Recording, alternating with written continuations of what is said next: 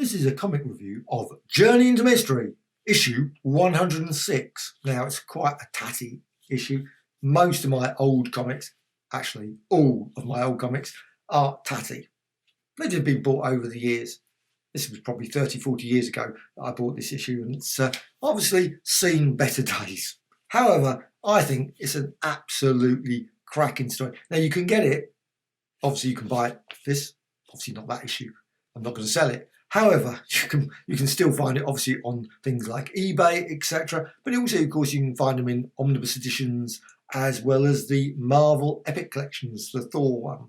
So, just going to quickly run through this. Now, this is a 9D, 9 pennies. This is obviously a UK copy. Being in the UK, of course, most of my comics actually have got like 9D or 10D or whatever. 10 pennies.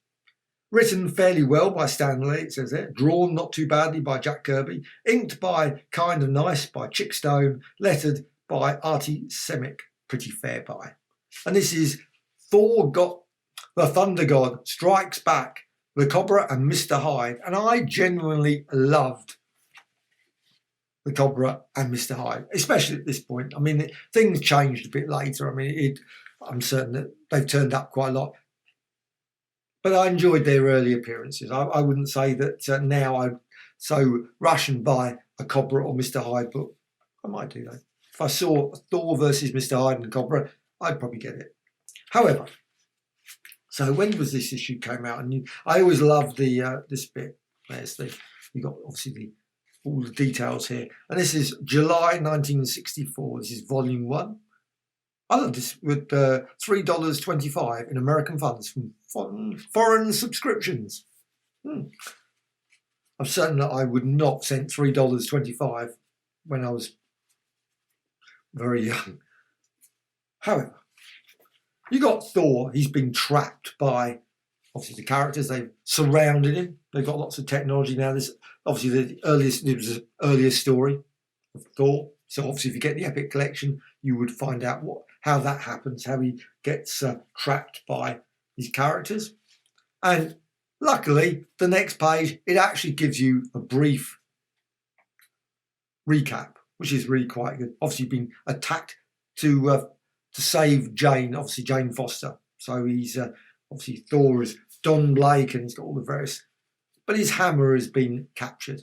He's got this machine that for some weird reason is worthy of lifting Thor's hammer. I've always struggled with that. I always think, well, hang on, why is a machine worthy of lifting it, but humans aren't?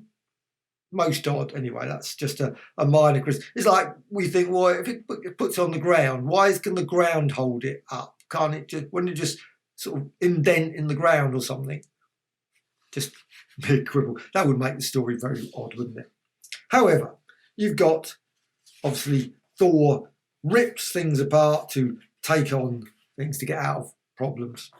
But the bit I love about this comic, the best bit about it, one, it's a great story, is this bit. You've got the machine. He gets the stick, obviously his mystical stick, because he's turned back to Don Blake now. Brilliant artwork by Kirby. I loved this.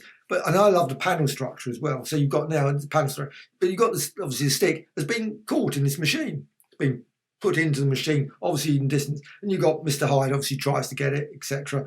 And I love the way he throws machinery around. That would be pretty dangerous. Imagine a guy who's like 10 times stronger than humans, throws machinery around. You wouldn't want to be hanging around. Any bit hits you, you'd be dead. So, but it's a great scene that people duck down as all the machinery flies past. I wouldn't want to be around there at all. However, you got the Cobra, depending how you want to say it, goes into the machine, gets all the way through. And I'm not going to say any more about the story. It is brilliant, really worth checking out. It's just a classic. I love these early adventures.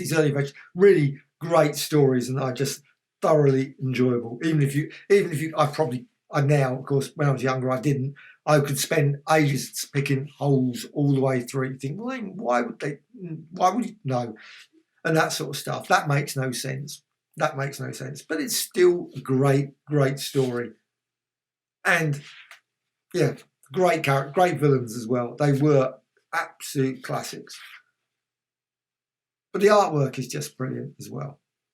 There's no doubt about that. And of course, a lot of people now, you got the, obviously, you can see there, you've got the artwork there. When you see them now in the Epic collections, of course, they're a lot more garish, the colour. They really clean them up. So I've always wondered why Marvel have never, maybe they miss a trick there. They should bring out these in this sort of look, because there's going to be people that like that, prefer that. They don't want the cleaned up. So you could just get a good copy of this. This is terrible copy. Of course, this is very, very brown, stained, finger marks, smudged, everything else. This would be no use. But you could do that and then just bring it out like this, just to be happy. And you could bring out probably volumes of those books relatively cheap, but of course it probably would then compete with the other things. And however, and also another thing they could bring in when they did that, they could put all the adverts and stuff, because I love the adverts just off the period. And this bit as well, I love this. This is, you see, you also get these stories as well. You get the story here, which of course generally are, they're never reprinted. I mean, they're terrible generally. They cannot sink us, Captain Muller crowed. Okay. The Mighty Thor also appears in the Avengers, and I love it. It's got a picture, obviously, of the Hulk there. So clearly dating that of the Avengers. Also, you got Don't Let Them Call You Skinny. Anyway, you've got Thor having a real good battle all the way through. This one, camouflage paint, 50 cents for 2 tubes. Well, hey. And this, another thing I love, you got these adverts. Now, this is something that I always loved. Modelling with Millie as well. So you got modelling with Millie. Actually, it says this on the front. Our pledge to you, if you don't like this epic battle, not who would buy it if they didn't, you might enjoy Millie the model. Well, I actually do enjoy Millie the model as well. And maybe they could bring out epic collections of those, but they haven't as yet. So you got also, of course, Tales of Asgard. You've got Boulder the Brave. This is a story of Boulder, and you've got obviously how he develops his various powers. So that's just a one single story. Now, I was never a fan of the Tales of Asgard, but I always think they would be nice if they could have mixed them. So maybe have a longer story, short story, and one time not have the story, and then, well, they didn't. It was all every month you would have that story. I guess some people love the Tales of Asgard story though. And then you got, he's looking for people who like to draw on the back. I love that one as well. That's a great advert.